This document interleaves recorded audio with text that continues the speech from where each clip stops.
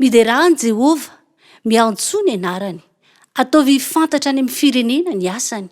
Mirao azy, mankalaza azy, sainsainy mandrakariva ny fahagagana rehetra ataony. Amen.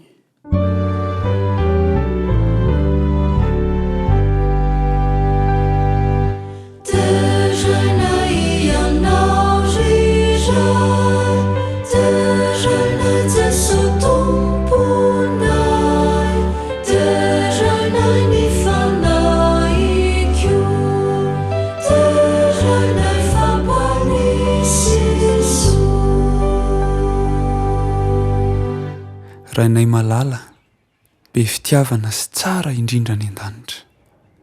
Asandradray avo ny anaranao, mivavaka izahay, diovy ary avy ela eloka ny vahoakanao. Ary aoka ho feno ny fanatrehanao, ho eniky ny voninahitrao izao fotoana izao. Amin'ny anaran'i Kristy. Amen. Ny tonga tsy miarahaba hono na mantesitra, ary ny lasa tsy manao veloma na mazosotra, koa ampifaliana sy ankaravona no hitondrana ny arahaba ombany ny kobakoba-tanana.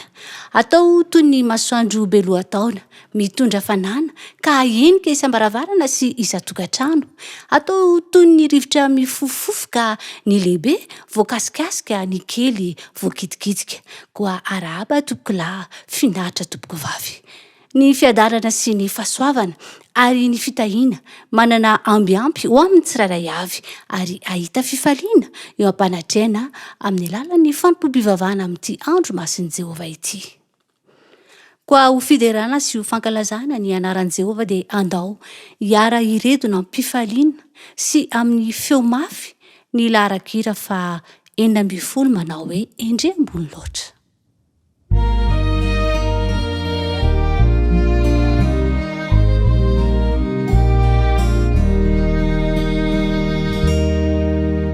Endre ambony loatra, tsy tratry ny sainay,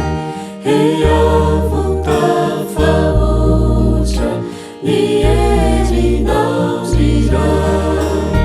Milany tratsy tany, zay asa tananao, mitory lavitrany ny voninao iray.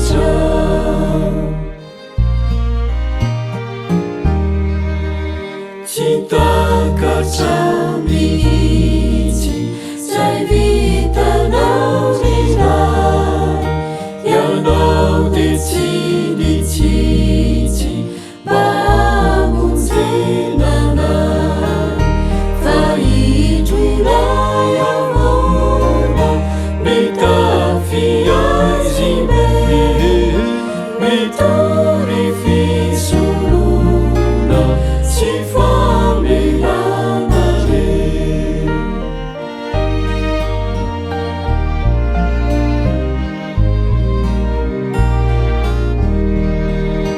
Ry tompo mpamonjena, emenatsy izahay, fa ratsy nefekena ho zanakiny ray. Atolotsay tontolo, fa tady avinao, ny fonay ry-pisolo, satria navotanao.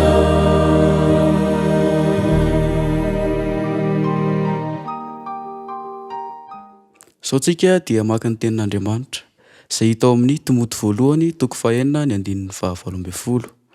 Timoty voalohany toko 4 ny 12. Vaky toy izao amin'ny anaran'i Jesosy: mba hanao soa, mba hanakarena amin'ny asa tsara, azoto manome sy miantra. Toizantsika ao amin'ny Apokalipsy toko 12 ny 1. Apokalipsy toko 12 ny 1. Mivaky toy izao amin'ny anaran'i Jesosy: ary omena volotara tahaka ny tenao, ka nisy laza tamiko hoe mitsangana, ka refeso ny tempolin'Andriamanitra sy ny alitara, ary isao izay mivavaka ao. Ho taninana izany teny izany ahasoantsika. Amen. Ary vavaka mandohalika isika tompoko.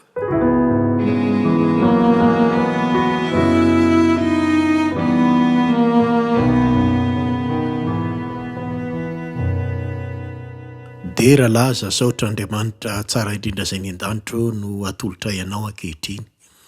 Raha miaraka eto izay ka manao izao fanompoam-pivavahana izao dia mangataka voalohany indrindra aminao mba mindrana fo aminay, aoka mba ho voadionony amin'ny rahan'i Jesosy Kristy izay sy ny adalàna hita amin'ny lasa rehetra. Ankehitriny Tompo dia mangataka manokana aminao zay mba ho tsapanay ny fanatrehanao mandritra an'izao fotoana izao zay atao eto. Ary misy mananteny zay fa amin'ireo vavaka rehetra zay ataonay ihany koa dia hamaly zany ianao. Koa mangataka zay Tompo ho an'ity firenena ity izay mandalo fotoan-tsarotra amin'izao fotoana izao, amin'ny aretina manjony olona maro amin'izao fotoana izao. Aoka ny tananao mahery Tompo mba hiambina any mandrakariva, ka ho an'izay tsy salama Tompo dia mba hositranonao izy ireny.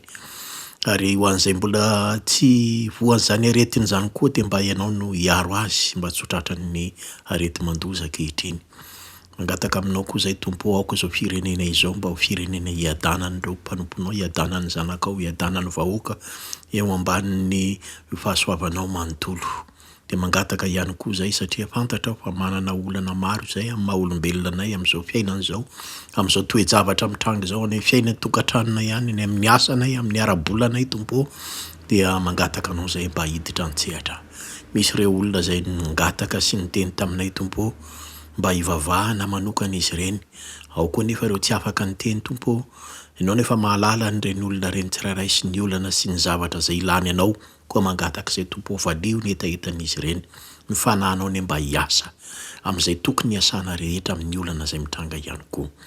Dia mangataka ihany koa zay Tompo ho an'ny fiangonana sy mpitantana ny fiangonana manerana an'izao tontolo izao mba ho amin'izy ireo mandrakariva ny fanahinao mba ho endry izy ireo amin'ny zavatra rehetra zay atao. Dia toy izany koa ny mpitondra ny firenena koa, ny firenenay koa Tompo mangataka izay mba ho feno ny fahendrenao sy ho torona lalana amin'izay tokony atao izy ireo mba hiadana ny vahoakanao amin'izao tany amamonina izao. Dia ataonay amin'ny anaran'i Jesosy zany vavaka izany, ka izay rehetra mahasoa anay Tompo nefa tsy voatonona teto dia mba ho ataonao aminay tsirairay avy zany amin'ny anaran'i Jesosy. Amen.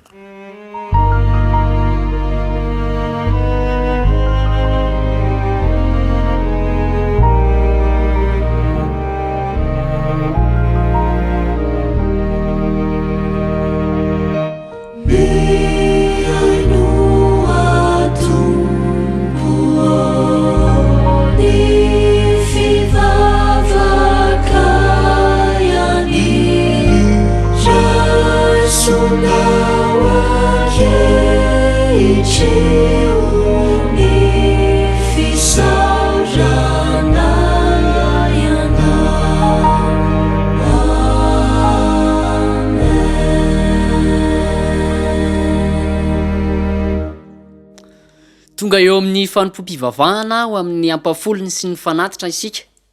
Koa mialoha izany indrindra dia asaiko ianao mba hanomana izany fanatitra izany ho eo ampelantananao.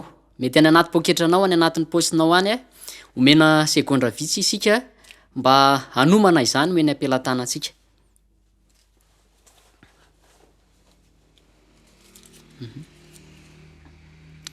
Eny ary, rehefa eny ampelantanantsika ny fanatitra dia anao vavaka mangina isika ho fanoloran-tenantsika sy ho fanolorantsika izany fanatitra izany. Iaraka hivavaka mangina isika tompoko.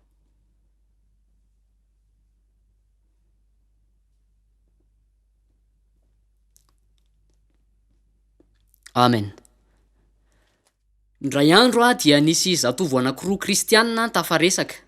Ola zatovo anankiray. Ny ampafolony dia ampafolon'ny karamako. Ny ampafolony dia ampafolon'ny volanoraisiko. Ny ampafolony dia ampafolon'ny tombom-barotra azoko. Fa mba manahoana kosa ny amin'ny fanatitra. Firy isan-jato ny fanatitra zay tokony harotsaka. Ary manahoana no mety ho endrika izany fanatitra zay harotsaka izany. Ary manahoana ny fanatitra akasitrahana ary ny fanatitra zay tokony ho aterina eo amason'i Jehova. Dia ola zatovo anankiray namaly. Nde isika hijery tantarana ray aman-dreny anankiray eo amin'ny Baiboly izay nanao fanatitra. Izay angamba ny mety hamaly ny fanontaniana se. Dia nanokatra ny Baiboly ireto zatovo reto ao amin'ny Genesis toko fahavalo andininy faharoapolo zay asaiko kokoa ianao zany a mba anaraka izany a itantarany ray aman-dreny anankiray zay nanao fanatitra ao am'soratra masina izany. Genesisy toko fahavalo andininy faharoapolo tantarany Noa izy io. De hoy vaky ny teny amin'ny anaran'i Jesosy, ary Noa dia nanorona alitara an Jehova, ary ny biby madio rehetra sy ny vorona madio rehetra dia nanalany ka nataony fanatitra hodorana teo ambonin'ny alitara. Ry havana malala, teto zany dia nisy raim-pianakaviana zay antsoina hoe Noa. Nanao fanatitra izy ka rehefa nanao fanatitra izy dia ny biby madio rehetra, ny vorona madio rehetra no nanalany natao fanatitra teo ambonin'ny alitara ho an'i Jehova. Mazava zany ry havana malala eto ny taridalana valan'ilay fanontaniana hoe manahoana no mety hoendriky ny fanatitra zay tokony ho aterina ho an'i Jehova. Voalohany zany zavatra tsy maloto no aterina ho an'i Jehova ary zavatra madio. Ry havako malala, anao fanatitra ianao androany, ifanatitra zay ny ampelantananao iny. Madio ve iny? Ary mendrika ao atolotra ho an'i Jehova. Fa eo amin'ny andininy faraiky amby roapolo zay toy aniny Genesisy toko fahavalo andininy faharoapolo iny dia izao ny vaky ny teny amin'ny anaran'i Jesosy, dia nandre ny anitra akasitrahana Jehova. Ry havana malala, rehefa nanao fanatitra zany no mianakavy de nandre anitra akasitrahana isa i Jehova. Izany hoe ry havana malala, ny fanatitra zay ataontsika dia misy fofona izy io. Ka ny fofon'ny fanatitra zay nataony Noa mianakavy de voalaza eto amin'ny andininy faraiky amby roapolo hoe dia nandre anitra akasitrahana Jehova. Ny fanatitra zay nataony Noa mianakavy zany ry havana malala dia manitra izy io ary reny Jehova ny fofony fa manitra ary no akasitrahany Jehova.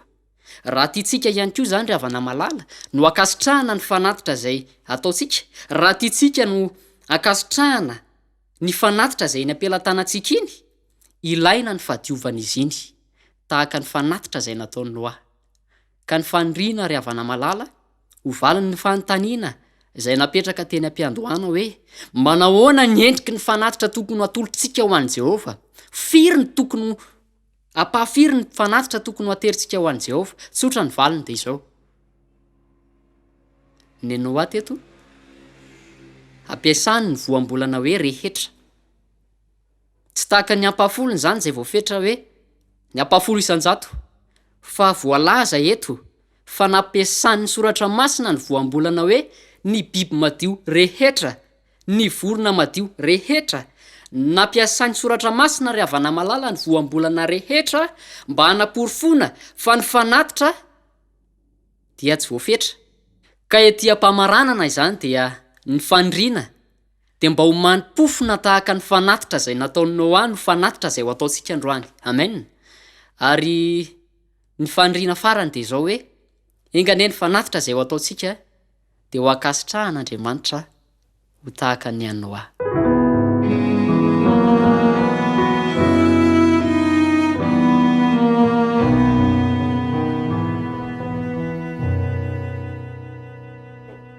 Ivavaka tsika tompoko.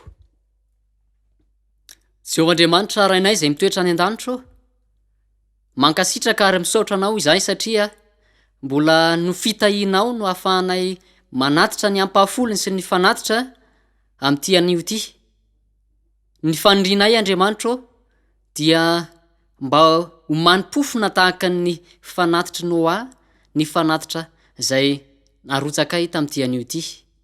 Mamelany tompo ny fahotanay mba ho fanatitra velona ny tena nay tsiraray avy. Izany vavaka izany dia tononona sy angatahana amin'ny anaran'i Jesosy. Amen. Ho fanatazantsika ny fanatitra sy ny ampahafolony dia andeha ataontsika ny hira fahaenina sy roanjato ho fanatanterantsika izany.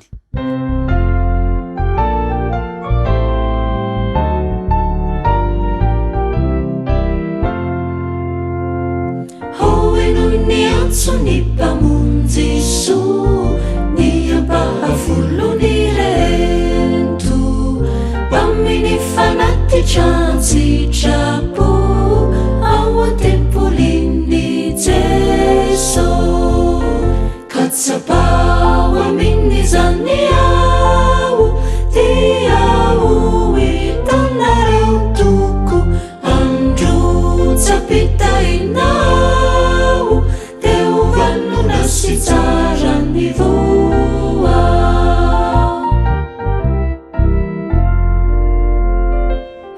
Jenny tumpo amitsiki zao Ni fanatitra izay omena Deo famojena irana manao Arikyo ny firenena Katsapao aminy zany ao Dia ao itanareo toko Andro tsapitainao Deo vanona sy tsara ny voa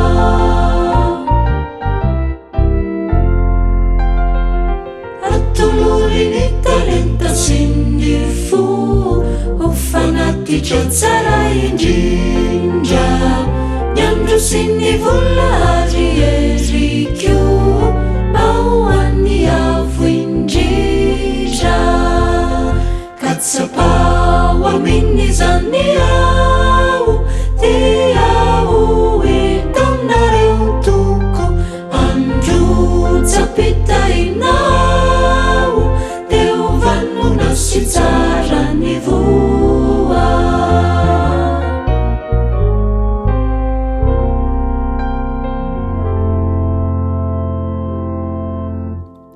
Ho fanolorantsika ny fanatitra sy ny ampafolony a dia ataontsika ny hira fa 700.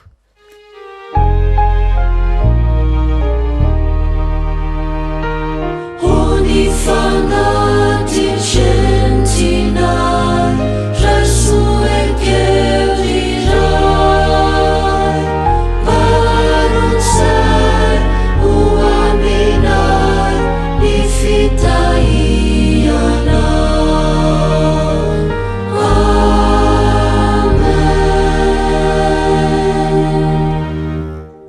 Amen.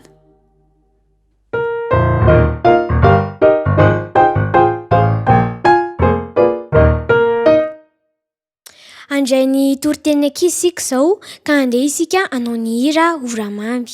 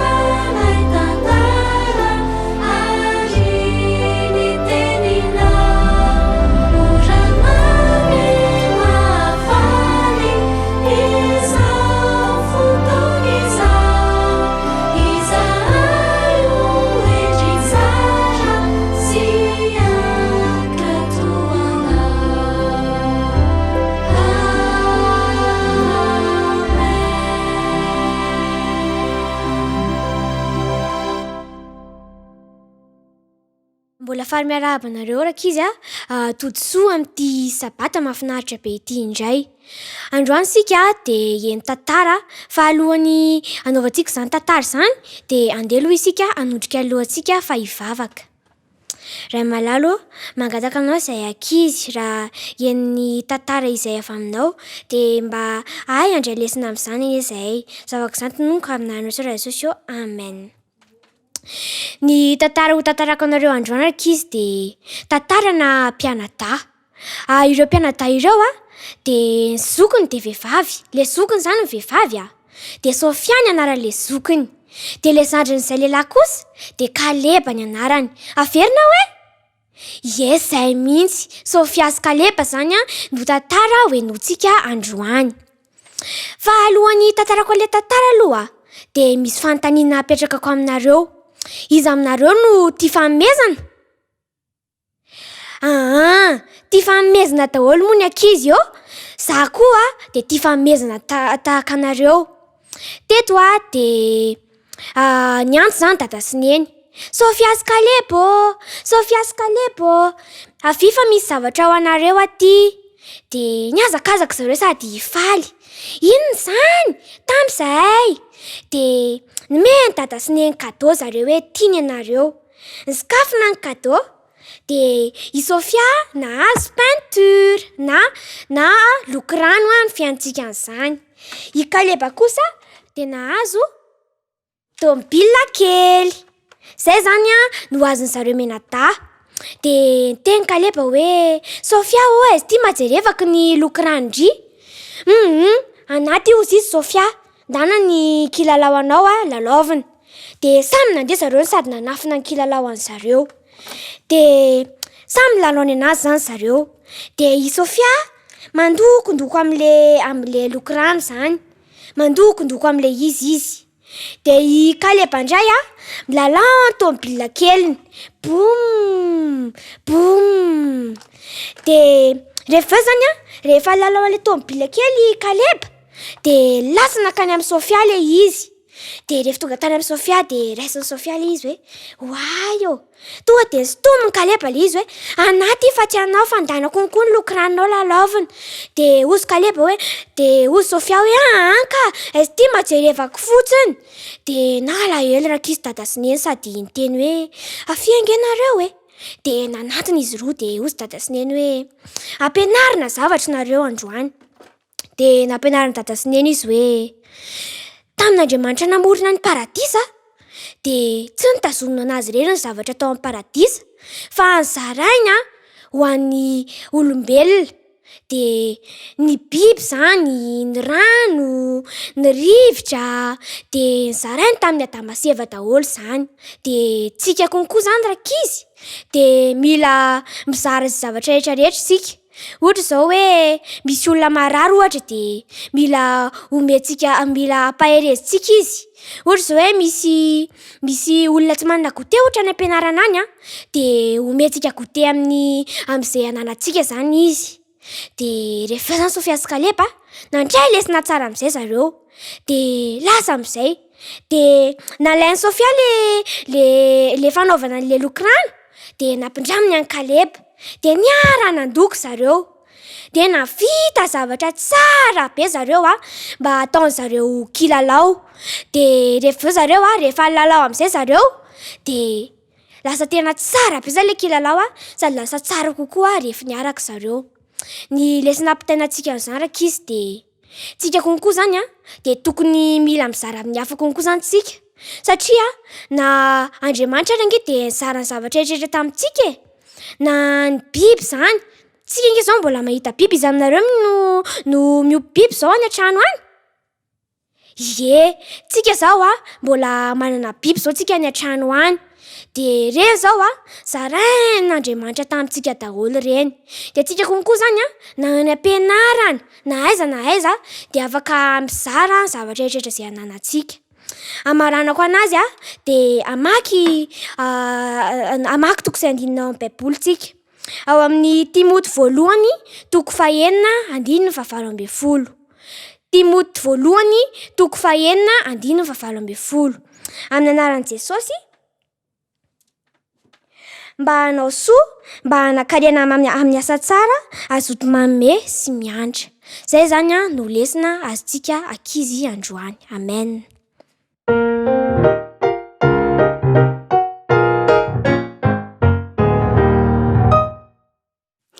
Ho fanomanana ny fomam-panahy andraisana ny hafatra avy amin'Andriamanitra izay hoenty indray mandray ny pastora Patrick Ramamonjy dia andao anaraka irairay.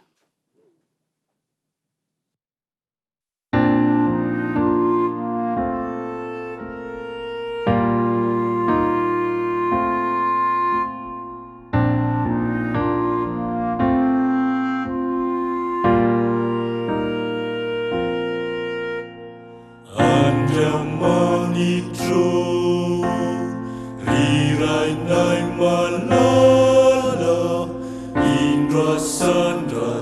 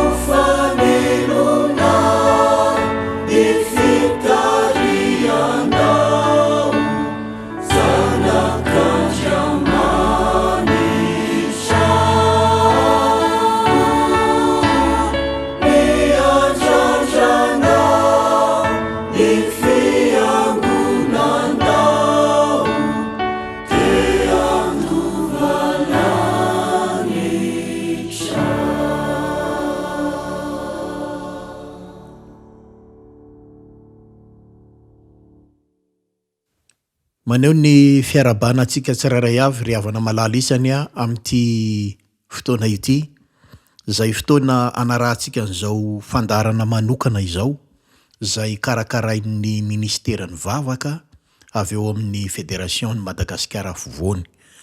Iarahana am'ireo mpanompo n'Andriamanitra aty amin'ny distrika ny Tsarasoatra izany. Ho amintsika rehetra ny fahasoavan'i Jesosy Kristy tompontsika. Efa novakina tamintsika teo ny teny izay natao ho velabelarina amin'ity androany ity, dia ny ao amin'ny Apokalipsy 1:10 izany. Averiko indray izany fanambarana ny tenin'Andriamanitra ao amin'io boky voalaza io teo zany. Apokalipsy 1:10. Vakitsika amin'ny anaran'i Jesosy. Ary nomena volotara tahaka ny tena aho, ka nisy ny laza tamiko hoe mitsangana ka refeso ny tempolon'Andriamanitra sy ny altara ary isao izay mivavaka ao. Araka n'izany teny zany ry havana, dia tsara raha mba hoe fitinina tsara mihitsy aloha hoe inona ny tena zavatra lazainy. Ny zavatra lazainy teo de ozy izy hoe refeso ny tempoly, refeso ny altara ary isao izay mivavaka ao. Ery aloha nefa de lazainy eo fa nomena volotara tahaka ny tena ao. Le volotara tahaka ny tena dia nomena, ary azadiny fa Apokalipsy no vakitsika eto, zany hoe mazava ho azy fa i Jaona lay nomena an'ilay volotara. Fandrefesana izany volotara resahana eto izany. Volotara zay handrefesana ny tempoly, handrefesana ny altara. Izay zany no ilana ny volotara io. Hitantsika reny le hazo metatra fandrefesana rehefa eny ampivarodamba ireny. Karakarazany reny zany, mitovitovy amin'ireny zany ny zavatra zay nomena ny Jaona mba handrefesany ny tempoly. Ary rehefa jerena izay zavatra izay de zao, lay volotara nomena azy, iza ny nanome azy, de mazava ho azy fa Jesosy Kristy zay niresaka taminy, Andriamanitra zay niresaka taminy. Io zany de fandrefesana avy any an-danitra. Lay fandrefesana ny tempoly eto dia tsy zay zavatra tiana andrefesana azy, fa fandrefesana avy any an-danitra. Ary izay ny zavatra zay jerentsika manokana eto amin'ity androany ity, ilay fandrefesana avy any an-danitra. Ny fanontaniana mipetraka de izao, fa maninona ny refesina ny tempoly, fa maninona ny refesina ny altara. Andeha ngamba aloha azavaitsika inona ny tena hevitra tinambara amin'ity atao hoe tempoly altara eto ity. Ny tempoly ry havana de mazava ho azy fa ny fiangonana izany.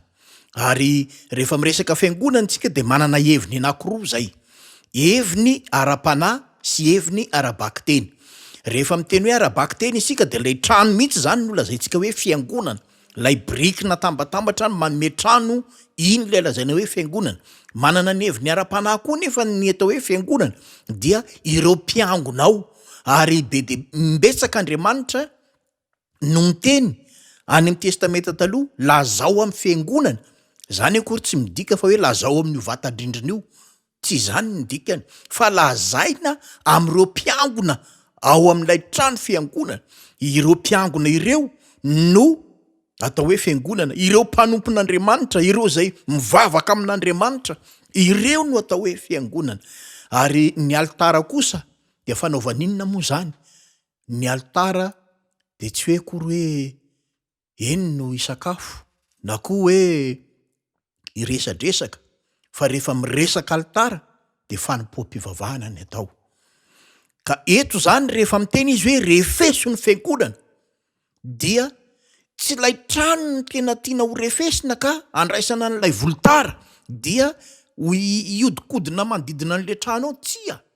Ary le fandrefesana koa en plus n'izay fandrefesana avy any an-danitra. Ny fiangonana, ireo mpivavaka no tiana refesina. Ary refesina koa ny fomba mpivavahana no refesina. Ahoana moa ny andrefesana an'izany fomba mpivavahana zany? ny fanontaniana napetrakintsika voalohany de ny hoe fa maninona ny refesina. Mazava ho azy fa misy zavatra tiana ho azo ao, ary rehefa mandrefy ianao de eo ny ahitanao ny refiny, latsaka ve, mihoatra ve, sa mitovy ve. Ary izay indrindra ny zavatra tian'Andriamanitra ho apetraka eto.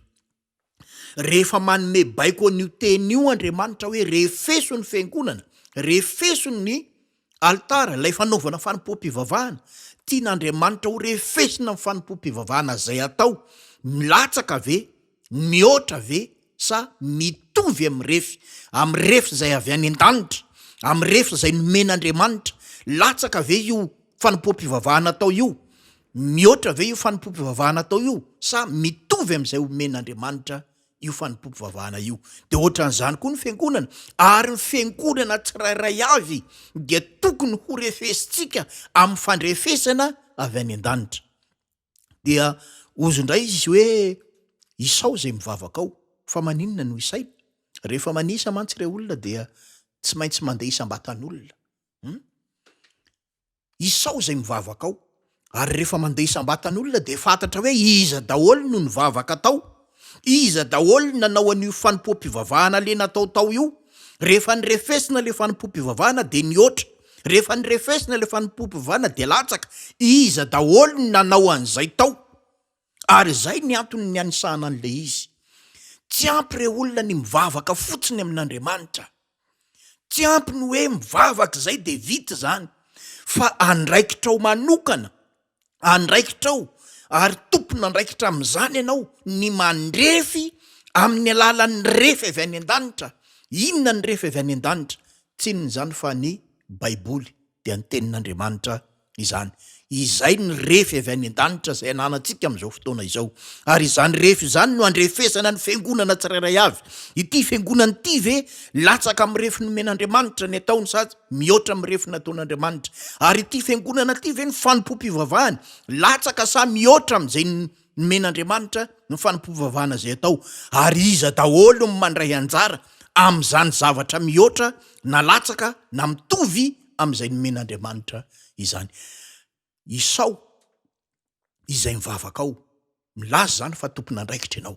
Ianao ny tokony mijery, ianao ny tokony mamantatra hoe manahoana ity zavatra atao ato amin'ity fiangonako ity, manahoana ny fanompoam-pivavahana zay atao ato amin'ity fiangonako ity. Ary ozy izy za te hoe tsy ampy re olona raha ohatra ka mivavaka fotsiny, tsy zany fotsiny, fa tsy maintsy fantarina. Ary zava-doza io satria Andriamanitra de efa nilaza meloha any amin'ny ohabolana 20 ka ny 9 de efa niteny meloha Andriamanitra fa na iza manetsy tadiny tsy miaino ny lalàna na ny fivavahany aza dia fahavetavetana. Ianao mamokovoko de mamokovoko mivavaka ety, Andriamanitra mijery anao ary abony ery vetavety ity. Izany no fijerin'Andriamanitra anao. Ary zava-doza zany, ianao nefa mivavaka, fahavetavetana ny fijerin'Andriamanitra an'izany zavatra izany. Ary jereo tsara ny tantaran'ny Kaina sy Abela ry havana. Tantaran'ny Kaina sy Abela samy mivavaka tamin'Andriamanitra ne izy roa lahy reo e.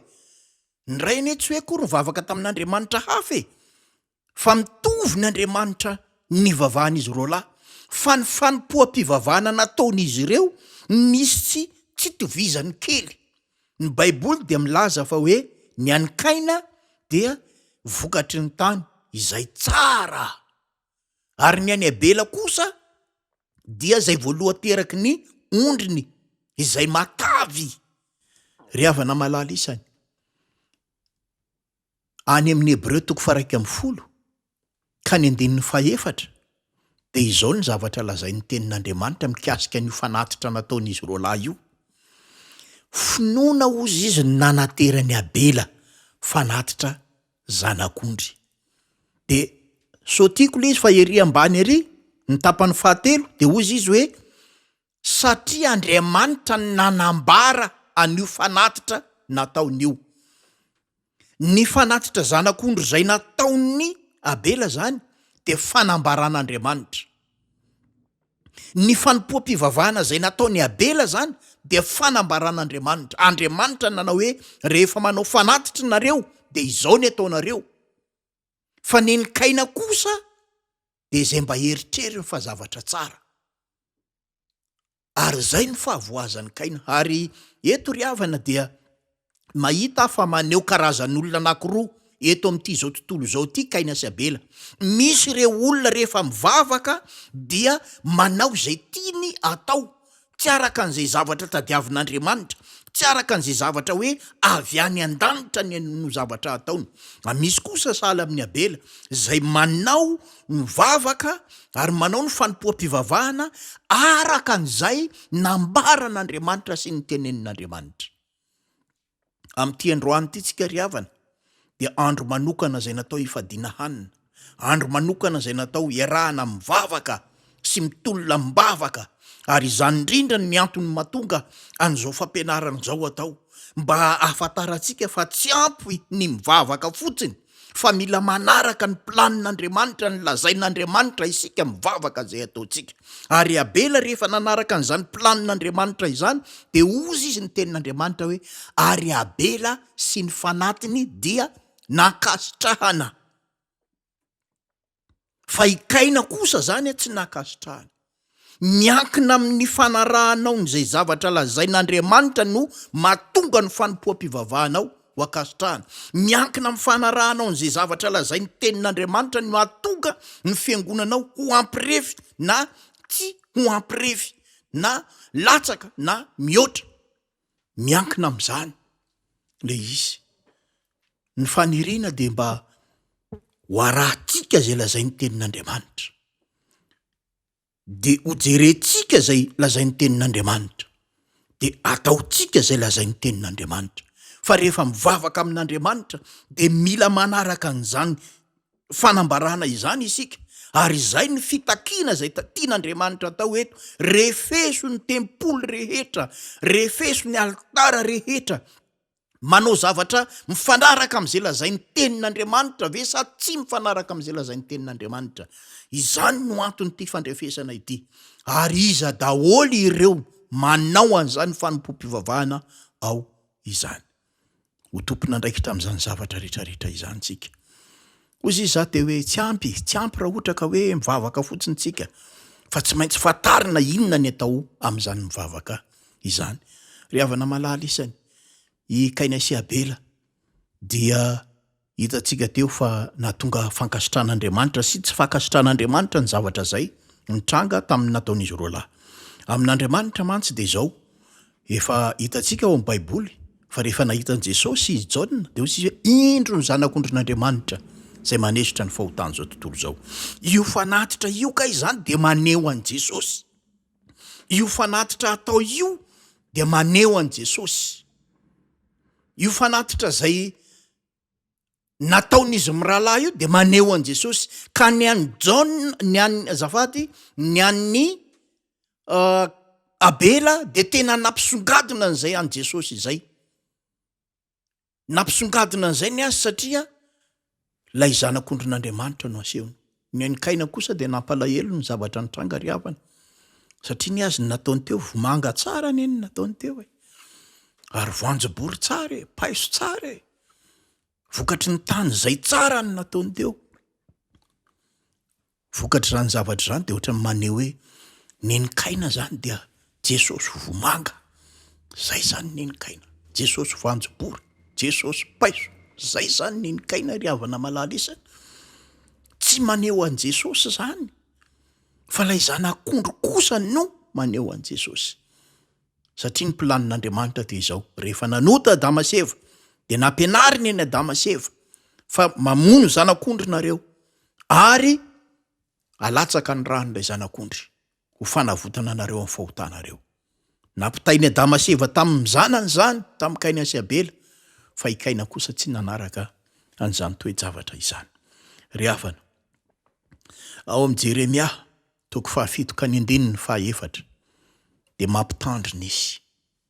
Jeremia 7:1-4 de mampitandrina ny tenin'Andriamanitra. Aza mino ny teny lainga manao hoe tempolon'Andriamanitra ity, tempolon'Andriamanitra ity. Mampitandrina zany. Jereo tsara ny zavatra rehetra zay ataonao amin'ny fanompoam-pivavahanao, amin'ny vavaka zay ataonao, mifanaraka amin'izay lazainy tenin'Andriamanitra ve zany. Mila fantarinao tsara izany, ary ny refy andrefesanao azy dia ny Baiboly, ny tenin'Andriamanitra, izany no andrefesanao azy. Ry havana malala isany, mandeha fantso amintsika Andriamanitra. Ho kaina ve ianao sa ho abela? Ary izany indrindra no mandefasa ny antso amintsika, mba hanaovantsika ny sitrapony. Ka amin'izao fotoana izay hanaovantsika vavaka manokana izao, amin'ity andro izay hitokanantsika sy hanaovantsika fifadikanina ity, dia mba tsy hanaonao foana isika, fa anaraka ny planina sy ny drafitr'Andriamanitra.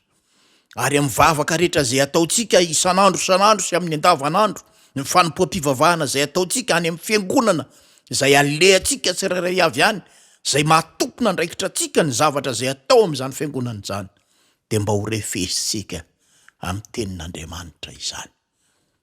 Ny faniriako dia mba ny andinihantsika lalina ny tenin'Andriamanitra. Ary raha mila fanampina ianao amin'izany, aza misalasala ny manantona an'izay olona heverinao fa tokony afaka manao an'izany fanampina izany ho anao. Na iza ahitanao an'ireo mpanompon'Andriamanitra afaka manampy anao amin'izany, manatona, manontany, fa azony atao tsara ny manampy sy mamaly ny fanontanianao. Ko amin'ity androany ity ry havana dia ho amintsika rehetra ny fahasoavan'i Kristy, ka ho tanterahantsika ny zavatra zay ambaran'izany teny, zay hitantsika sy halalinitsika ao amin'ny tenin'Andriamanitra izany. Amen.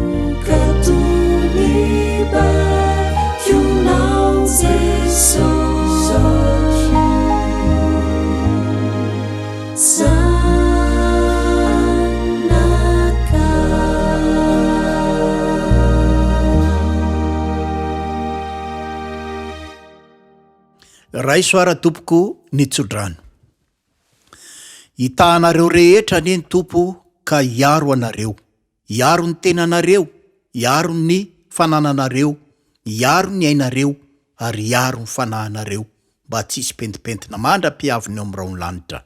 Mandehanina amin'ny fiadanany tomponao anio ary mandrakizay amin'ny anaran'i Jesosy. Amen.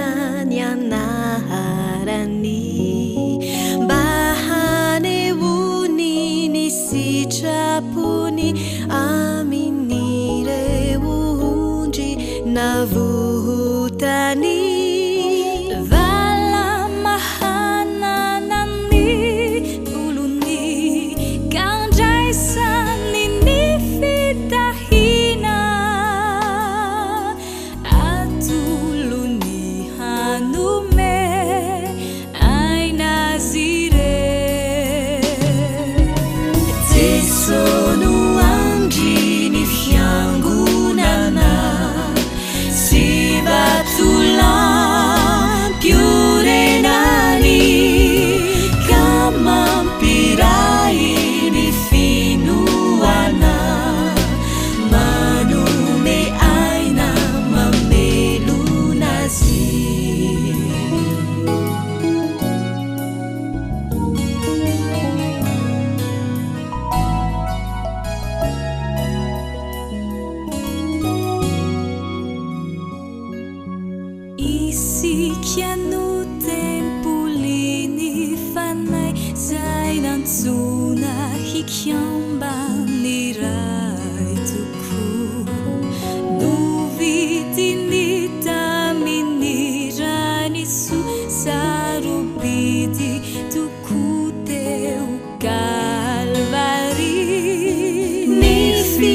fiasany hoantsika izao mba hoirayany sika rehetra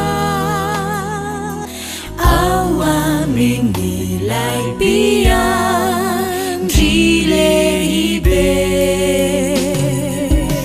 iara-mientana hiarady hitorini anarany izay no baiko zay napetrany ho tanterahiny fiangonana iara-mientana hiarady hitorini anarany izay no baiko zay napetrany ho tanterahiny fiangonana ny fiangonana